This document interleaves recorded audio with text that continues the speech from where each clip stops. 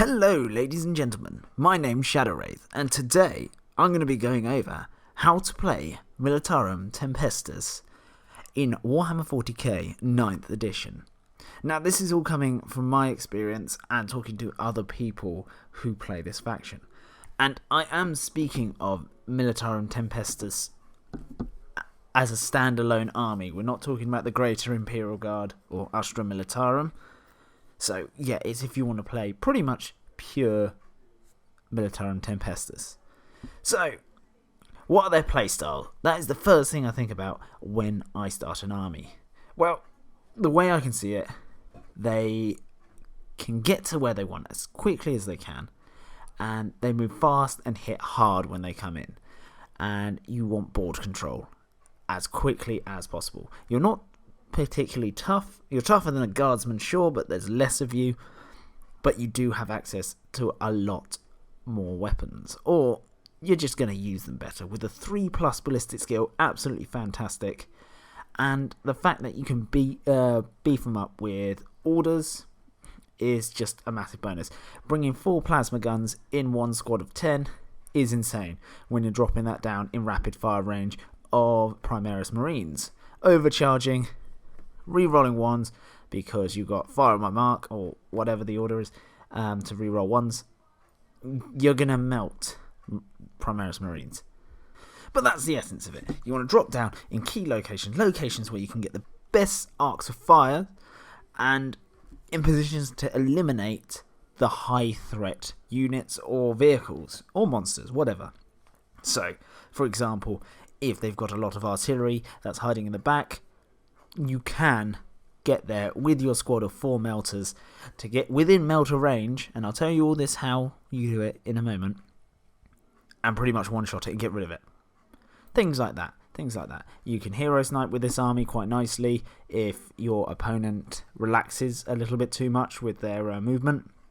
You can also, you can get into pretty much every position you can imagine, grab most of the objectives turn 1, not scoring them till turn 2, but you've still got them turn 1, or you can, well, yeah, you know what I mean. So, let's start off at looking at some data sheets. We've got the Tempestus Prime, absolutely essential if you're playing Scions. He is your HQ slot. Fantastic character. He's relatively cheap, but he comes with some pretty cool rules. You can give him the Tempestus Command Rod. A model with this command rod may use the voice of command ability twice in each of your turns. That's fantastic, because the more orders the better. That's what this guy's job is. And then he's got aerial drop, which basically during deployment you can set this guy up in high altitude and he can basically deep strike in 9 inches away from enemy models. Same as deep strike. So they all come with inbuilt deep strike. No paying command points to put these guys in reserve. And that is massive. Having deep strike is fantastic in this game. It just gives you so much more option to where you want to be and where you can be later on in the game. He's pretty standard stat line. Weapon skill 3+, BS 3+, strength 3, toughness 3. He's just a guy, guardsman. 4 wounds though, which is respectable for a little guardsman. 3 attacks, not bad. Leadership 8, 4+ save. You can give him or keep him with the las pistol, the hotshot las pistol. You can give him a bolt pistol or a plasma pistol, but I tend to give him the command rod because his job is not shooting stuff. His job is literally just giving out orders. Then we're going to go on to the Militarum Tempestus Scions. Not too dissimilar from their HQ. They come in with a weapon skill of 4+, ballistic skill of 3+, strength, toughness 3, 1 wound, 1 attack, leadership 6, 4+ save. Okay, and the Tempestus, which is the sergeant of the squad, has 1 better weapon skill, and has an extra attack, and he's leadership 7. But 4+ save is quite nice. You can have a squad of 5 of these guys, and they can go up to squads of 10. For every 5 Scions you have, you can give 2 of them a special weapon. Your Tempestus may replace their chainsaw with a melee weapon, so if you want to give them a power sword, you can. I don't bother. I'm keeping them as cheap as possible. They're 9 points already, so nice and cheap. That's the way forward for me. and he can replace his hotshot las pistol with a bolt pistol or a plasma pistol. I do give him a plasma pistol, however, especially if he's running in what I call the plasma squads. Now, before I move on to anything else with this squad, let's look at their base weapon. Okay, this is what makes Scions absolutely ridiculous. They're so good. They come with not las guns, they come with hotshot las guns. Shorter range, 18 inches, they're rapid fire 1, they're only strength 3, but they're minus 2 AP. Minus 2. Yes, these are marine killing las guns. Only 1 damage, but we don't care about that, because we can do first rank fire, second rank fire, making them rapid fire 2, so within half range, you are firing 4 shots. Only strength 3, minus 2, but that's still insane, and we can buff that even further. Okay, everyone knows what a plasma gun does, and yeah, you can give them melter guns. Yeah, it's just fantastic. So, they can also have a Voxcaster. So, what that does is, if a friendly officer is within 3 inches of a unit with a Voxcaster when using the voice of command, you may extend the range of their order to 18 inches. Now, this is worth it on a couple of your squads, or maybe 2. So, if you bring in 2 of your Tempestus Primes, drop them in, if they're both going to be dropping in, drop them in with a squad with a Vox, just so you can reach out with your orders and get other squads as well that might be further away. That's a brief overview of the Scions. Now, the next Tempestus unit we have is the Taurox Prime. Now, this is a fantastic vehicle. I believe it's 90 points at the moment, stock, and it comes with a Taurox battle cannon and 2 hotshot volley guns. Okay, so hotshot volley guns you can put in your other unit of Scions if you want. They're fantastic. Hotshot volley guns are absolutely fantastic. They're heavy 4, 24-inch range, strength 4, hotshot las guns basically. Minus 2, 1 damage. It's brilliant. So, I'll go over their movement, which is 14 at top wounds, gets bracketed to 10, gets bracketed to 6. They've got 6 at weapon skill. Who cares about that? Ballistic skill 3+. Yes, this is piloted or driven by Scions, gunned by Scions. So they've got a better ballistic skill. It's absolutely fantastic. It's only strength 6 and only toughness 6, but that's fine. It's pretty cheap for the amount of firepower it can bring out. And it's got 10 wounds. Attacks 3 down to D3 down to 1 if you get in combat. Leadership 7, 3+ save. 3+ save is fantastic. Okay, and what can we give this bad boy? Now, we can replace the battle cannon with either the Taurox Gatling cannon, which is a 24-inch range, heavy 20-shot machine gun, basically. Strength 4, no AP, 1 damage. That's nothing to be sniffed at. 20 shots is absolutely fantastic for dealing with hordes. It's not too many horde armies that are doing too well at the moment. Just from what I've seen, this is my own opinion at the moment, just because blast is quite good, especially with some weapons and other things like that. And elite armies are cropping up like the Custodies because of the command points and how they've changed the system for them. So Custodies are coming in with the same command points as 1 billion orcs, if not more. So yeah. And then you can give them the Taurox missile launcher. Taurox missile launcher, it's got 48-inch range on both profiles, frag and crack. The crack is heavy 2 at strength 8, minus 2 d6 damage. Fantastic, absolutely fantastic. And then you've got the frag, which is, of course, blast. Heavy 2d6, strength 4, no AP, 1 damage. Yeah, I like the Taurox missile launcher. And then you've got the battle cannon, which is 48-inch range, heavy d6, strength 7, minus 1 d3 damage a pop. Now, my loadout for my Tauroxes is, I've got 4 currently. 2 of them have got the missile launchers and auto guns, because they're the long range supporting fire, because you can replace the 2 hotshot volley guns on the sides for 2 auto cannons. So if you're sitting back anyway, you might as well use the range you've got, because auto cannons have got 48-inch range, same as your missile launcher, so it makes sense to me. And then I've got 2 with the Gatling cannons, just to pump out 40 shots between the 2 of them, and they both get 8 shots each with the 2 hotshot volley guns. So they're the more up close and personal, delivering the troops onto the objective and supporting them whilst at said objective. Now, how the regiments work basically is you need to keep them Militarum Tempestus Scions, but you can have Aeronautica Imperialis in there, and you can have the Auxiliary. So, for the Aeronautica, we've got Valkyries, of course. And you can't run Scions without Valkyries, in my opinion. It's just wrong. So, 2 in my list. I love Valkyries. They're fantastic. They come with a movement of between 20 to 45 inches, because they're a flyer, of course. Their weapon skill 6, but who cares about that? Ballistic skill 4+, because these are piloted by guardsmen. It's strength 7, toughness 7, 14 wounds, which is respectable, 3 attacks, leadership 7, and it's got a 3-up save, which is respectable again.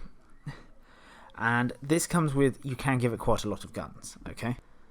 Now, stock, they come with a multi-laser and Hellstrike missiles. Hellstrike missiles are alright. Basically, everyone should know what a multi-laser is. It's okay. 36-inch range, heavy 3, strength 6, no AP, 1 damage. And then the Hellstrike missiles, these are quite nice for popping vehicles, because they're 72-inch range, heavy 1, so you get 2 shots because you have 2 of them, strength 8, -2, d6 damage, and you roll 2d6 and discard the lowest result for the damage. So, kind of like melters. So, it's really good for popping vehicles, and it's not against vehicles, it's against anything. So, it's good against, if you get a snipe on a pretty big hero, go for it. Especially the way Lookout Sir works now. If their hero strays a little bit too far from a squad, he is absolutely fair game for your Valkyrie with his 72-inch range Hellstrike missiles to fire at. The other option you can give them is you can replace the multi-laser with a las cannon.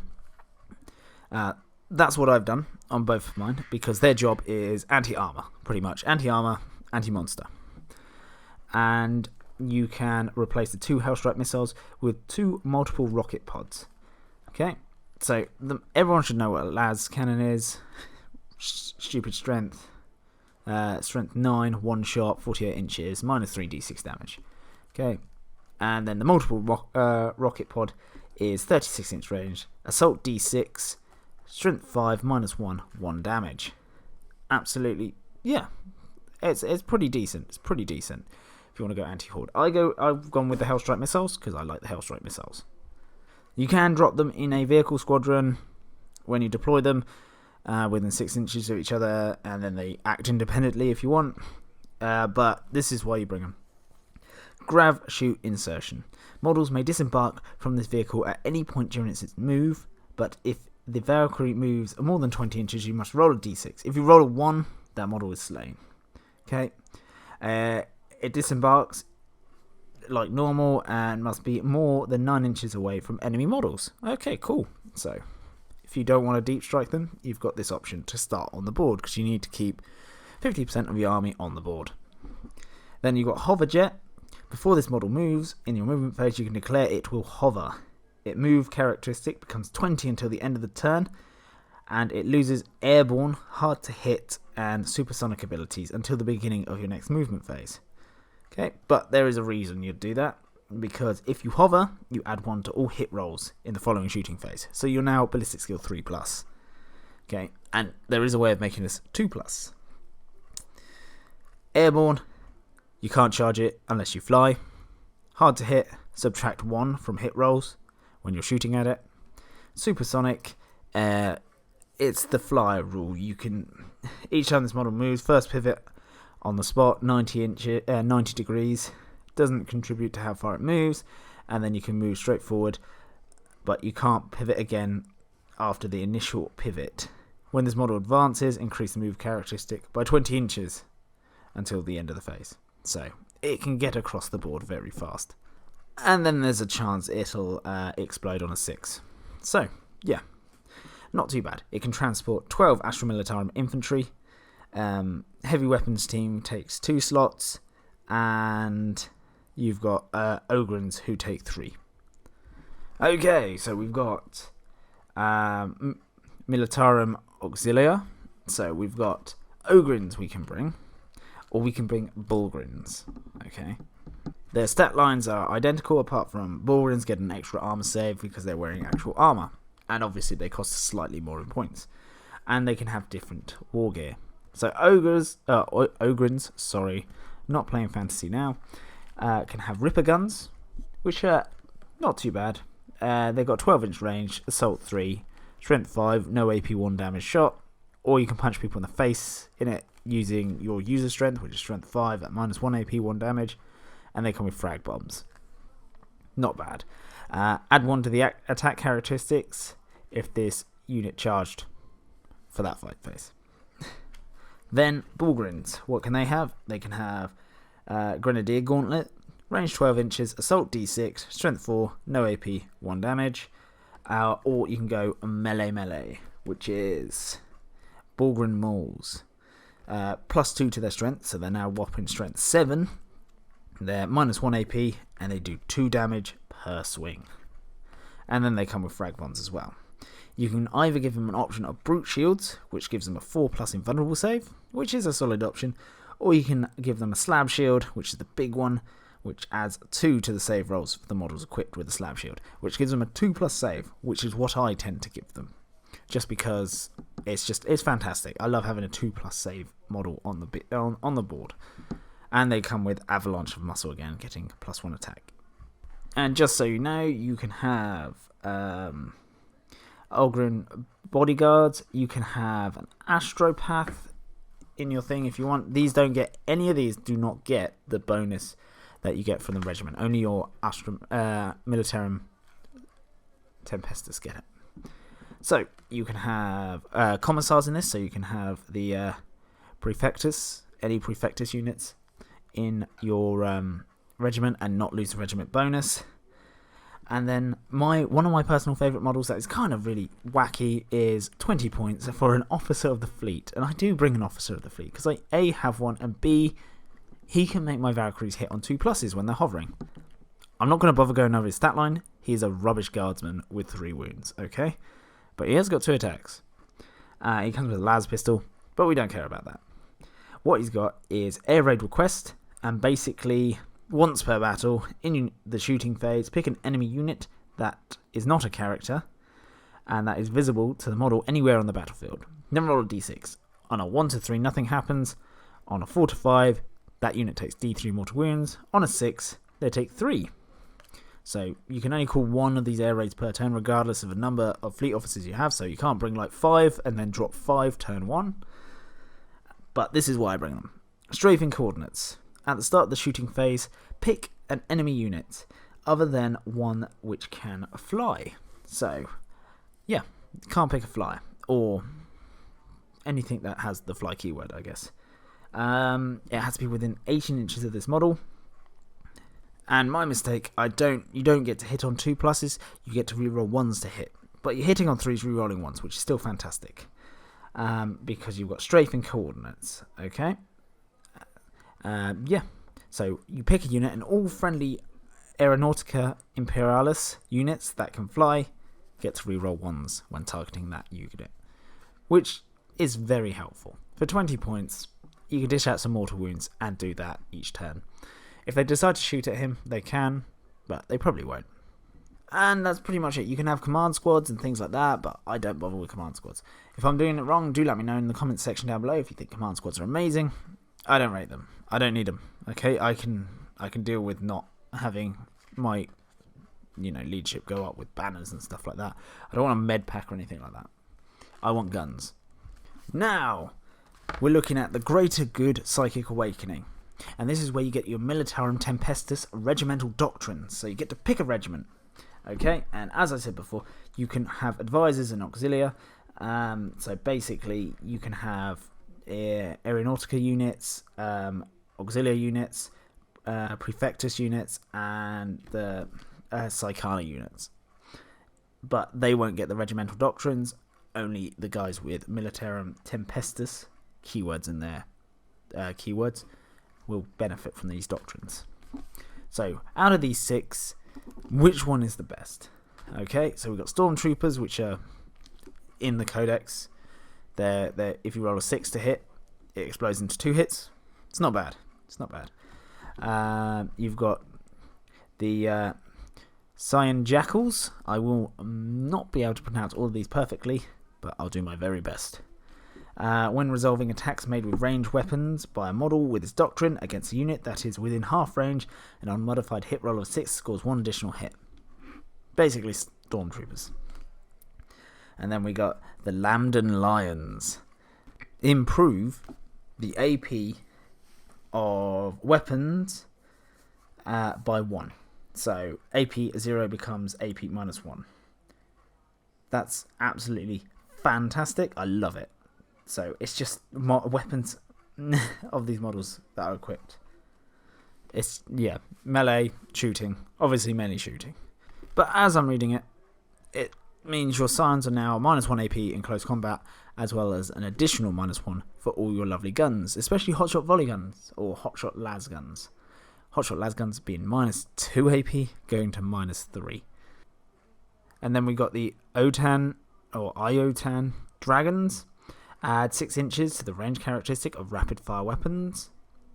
Not bad. And then we've got the Capic Eagles. Infantry model with his doctrine, do not suffer the penalty for moving and firing heavy weapons. When resolving an attack made by this model with his doctrine in a turn in which it disembarked from a transport, add 1 to the hit roll. So they can disembark from a transport. So if you're going very mechanized infantry, you could be hitting on 2s. And you could make them re-rolling 1s. Very solid option. Very solid option. And then we've got the Iotan Gorgons. I want to say. Yeah, we'll go with that. When resolving attacks made with ranged weapons by infantry models with this doctrine against the closest enemy unit, an unmodified hit roll of 6 scores 1 additional hit. So, yeah, they explode again.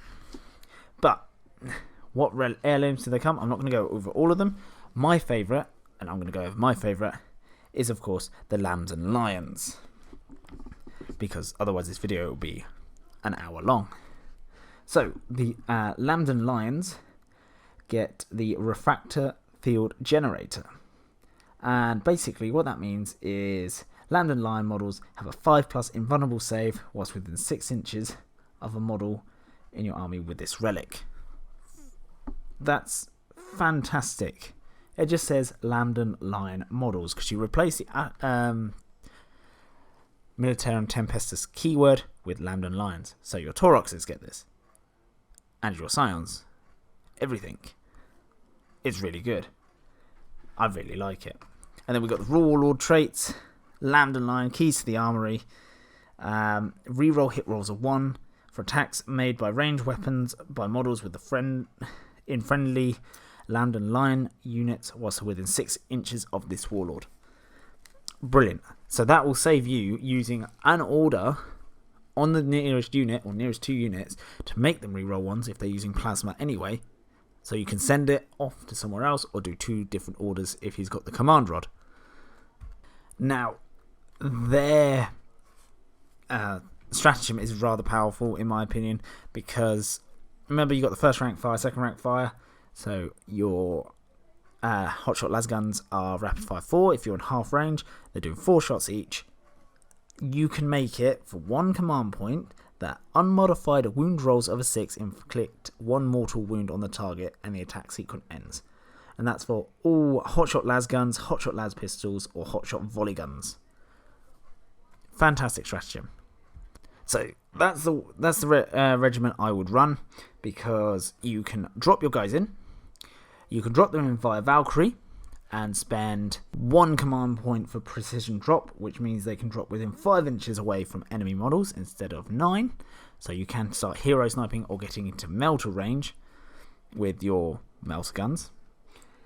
And then you can use also point blank efficiency to increase the strength characteristic of your hotshot las guns, hotshot las pistols, and hotshot volley guns by 1.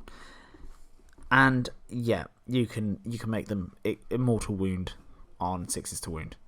So effectively, for 3 command points, you can get your Valkyrie up the board. You can drop them either on a key location or You can drop them very close to an enemy character or an enemy vehicle you want to try and do as much damage to as you want.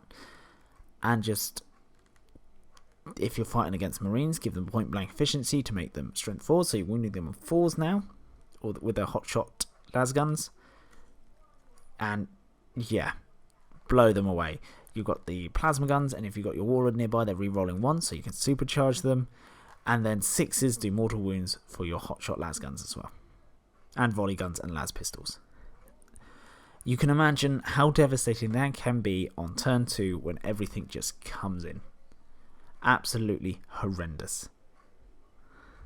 I just absolutely love how tactical they can be. You can drop them in on a key location via deep strike. If they start taking heavy fire, you can use 1 command point for take cover to add 1 to their saving throws if they're getting shot at by bolt guns.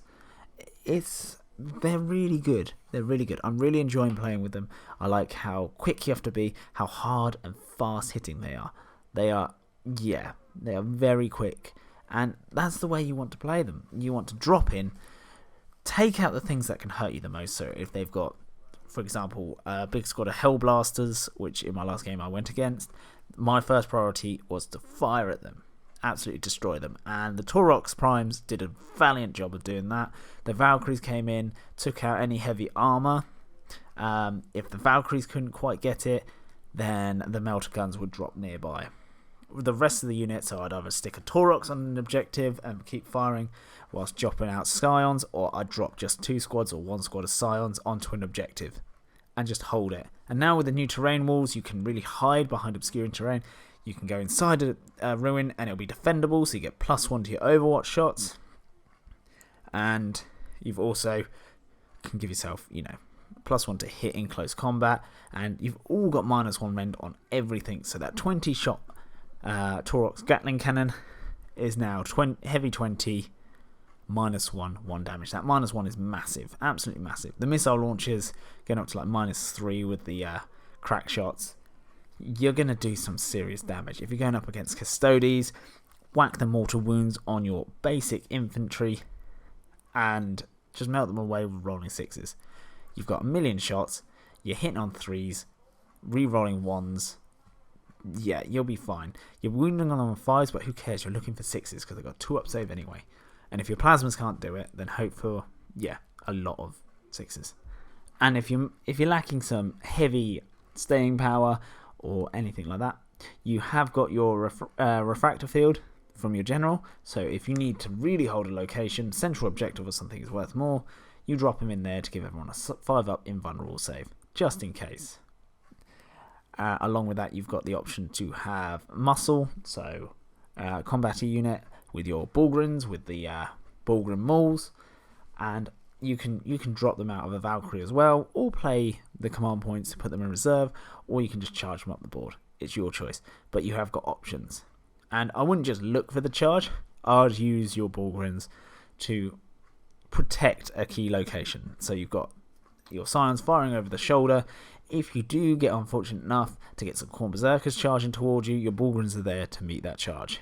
Sure, you'll lose a couple, but with a 2-up save, wow. 3-up at -1, maybe 4-up. Yeah, they got enough wins to keep going at toughness 5 as well. You should be fine. And then if they don't kill them in close combat, you can just withdraw them and then fire away your next turn and melt them to pieces in front of you, and you still hold that objective. Anyway, that's just how I like playing my Scions. If you have any questions, or if you think I've missed anything, do let me know in the comment section down below.